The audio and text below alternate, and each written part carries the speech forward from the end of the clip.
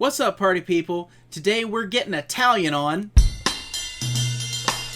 So as far as scary movies that seem to work well for me, 1975 seems to be a good year.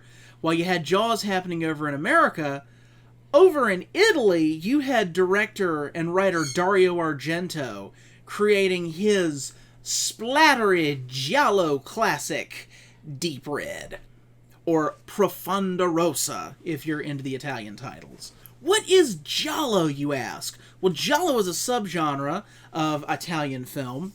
It predates the slasher genre over here, but they're very similar. I like to think of them as slasher films with a little more mystery plot element to it. They're usually a lot more stylized. There is more of a focus on characters trying to figure out who's committing murder and why, as opposed to the slasher genre where it's just, we're just characters flopping around and we're getting murdered! Moral of the story, the Italians do it better.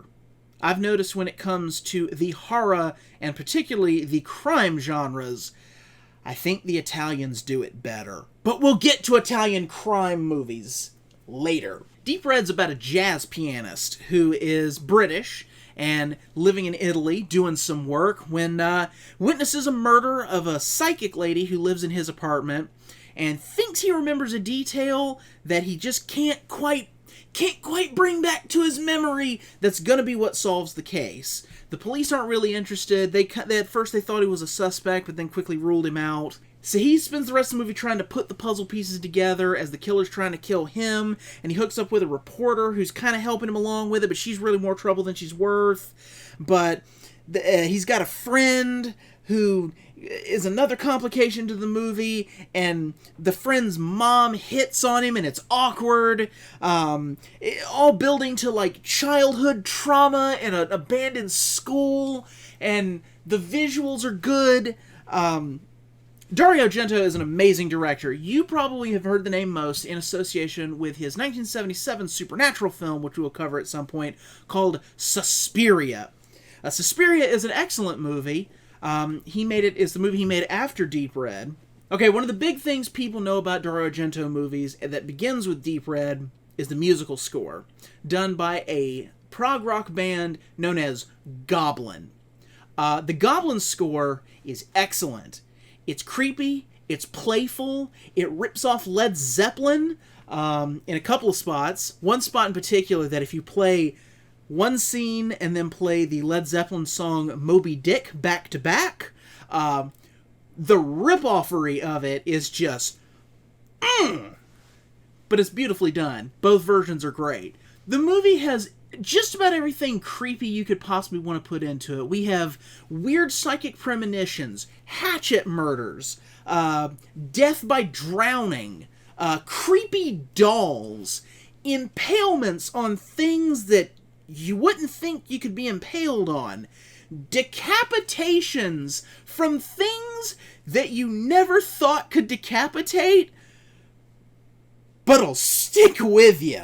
Speaking of the way it's shot, there is a quality to older, and I don't know if it's because it's shot on film. I don't think that's fully it. I think it's an issue with cinematography that I don't think we really do anymore. Close-ups, a particular fluid movement in an era before Steadicam.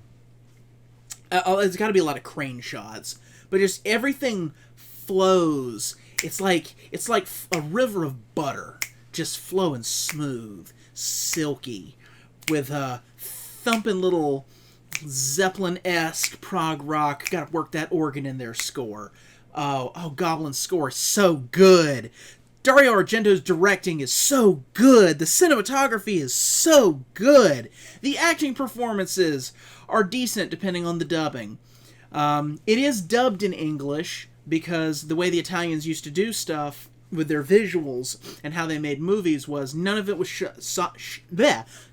film was shot with on-set sound, which is how you're able to get an international cast of people who don't speak the same language, and then the studio would just dub it into whatever consistent language needed to be for release.